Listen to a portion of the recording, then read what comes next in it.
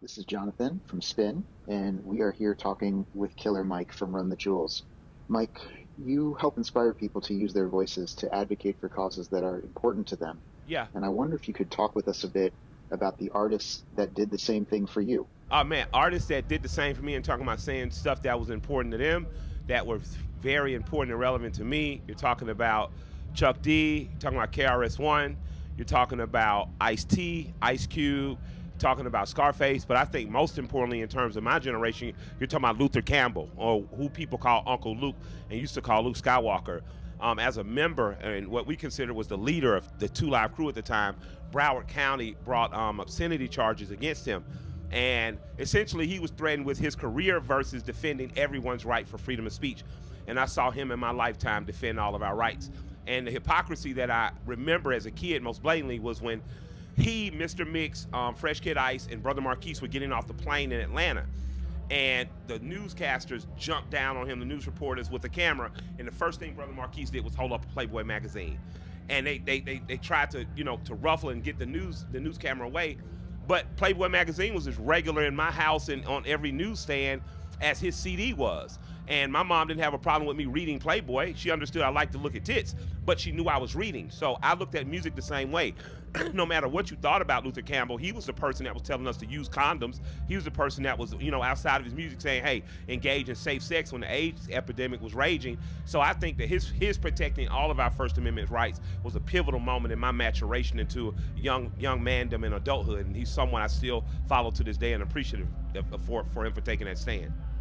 I'm wondering if you can talk to us a bit about how that dynamic has evolved in Run the Jewels with you and LP. Yeah. How you've been able to come to understandings about things that you might not agree on at all.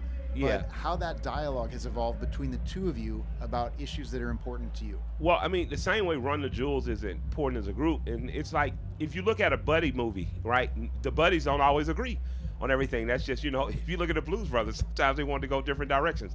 That's just what it is. So individual relationships, to me, are what's going to save the world. The fact that you know someone who does not look like you, who's not culturally like you, may not be of your sexual orientation, getting to know someone on a very one-on-one human level is what allows you empathy, and it's what allows you to resist apathy. So if you're apathetic, you're going to see things happen to other people. You're going to say, I'm just going to mind my business, I'm going to keep going. If you're empathetic, you're going to engage and say, even if I don't agree with something this person's doing, this is still no way for that person to be treated. It's not right for them to be shut out or shut down. And I think that in Run the Jewels, we have a firm understanding. There's some things that we're very in line with, that we agree on, and there's some things we don't. LP is a New Yorker. He thinks you only need one gun. I'm a Southerner. I think you need as many as God will allow you. And somehow we still have a very dope dynamic in rap group, and we're going to be okay. I'm wondering if there are Killer Mike songs or Run the Jewels songs that are informed by hearing someone else's viewpoint, or that maybe chronicle you coming to an understanding about something that you may have felt differently about beforehand. Does that come through in your music and in Run the Jewels music? Well, I'm always learning. I'm always, as you've heard me mature more, my music matures more. So new perspective grows. Walking in the snow, God bless the dead, and Lola and Gangsta Boo. But what I'm talking about, when you're sitting on the sofa and you get so numb that you watch the cops choke out a man like me, the most you give essentially what you're saying is it's a tragedy. That's directly from me. That's from me sitting on my sofa looking at the police when they killed Eric Garner and realizing that I've seen this so much that I've become numb to this, that I've just accepted that this is the way things are. And it took that fire and meeting his daughter Erica, God bless the dead, and seeing that fire that she had for her father and for justice, it took that to kind of get me off my ass again to say, now let me push the line back. It doesn't mean that I disagree with every policeman ever. Also doesn't mean that I just agree that we should capitulate to whatever the cops tell us whenever they tell us to. So there has to be a healthy amount of pushback to the state, because I believe the state should fear the people and not the other way around. So that's one of those moments where I can say was truly transformative to me, and that will always have me on the side of the people pushing against the state versus allowing the state to push the people. So you brought up a very important point there, which is that sometimes being in a disassociative state about gun violence or other horrible things that happen, that's just sort of a way to protect ourselves from really engaging with something. how can music help people break through that? You just gave an example of one of your own songs where it happened to you. Yeah. But does music have the power to help people break that cycle of just feeling like there's nothing they can do, they're just one person, they can't help? Yeah, allow me to course correct. My dissociative statement was not about gun violence. It was about the state being violent against the proletariat. I believed in an armed proletariat in case you have to push back versus the state, because that's what they taught me the 4th of July was about. To me, artists, we have a job, and I'm going to break the fourth wall of the audience. We have a job to push past what the system tells us is allowable.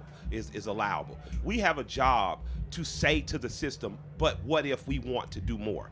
We have a job to say to the state, well, what if we want to do less of this?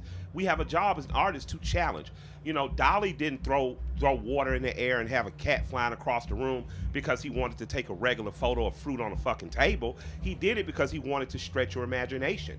And that's what the artist should do. You should be pushing people to push the limits of their imagination. The possible is just a word. You know, everything is possible when given an earnest try. And it may not be possible the first time around or the second, but by the time you get to the 30th or 40th, if you got the discipline to do it, something is going to happen. Either you're going to change the world or change yourself, and that's the first step of changing the world. So, Mike, to conclude, is there anything that you might want to say to the audience about using their voice, interacting with people whose views they may not share, and pushing that conversation forward? Yeah, Noam Chomsky says, you know, if you don't believe in freedom of speech for those you vehemently disagree with, you don't believe in it at all. And I spoke with the FIRE organization back in April. And in speaking to that, I talked about absolutely believing in freedom of speech to the point where those I vehemently disagree with, I have to fight for their right to say things that may be hurtful to even me, that may be unkind, that may be unjust, because I live in a society, as my grandfather says, if the KKK in the room, I want to know where the crackers at who hate me already, you know? So I think that my grandfather in his infinite wisdom, you know, helped me understand that even those I disagree with, I should want to hear. Not that it's going to change my perspective, but at least I start to understand that there are other perspectives besides mine. Right on. Mike, thank you so much for being here. Thank you so much. Absolutely.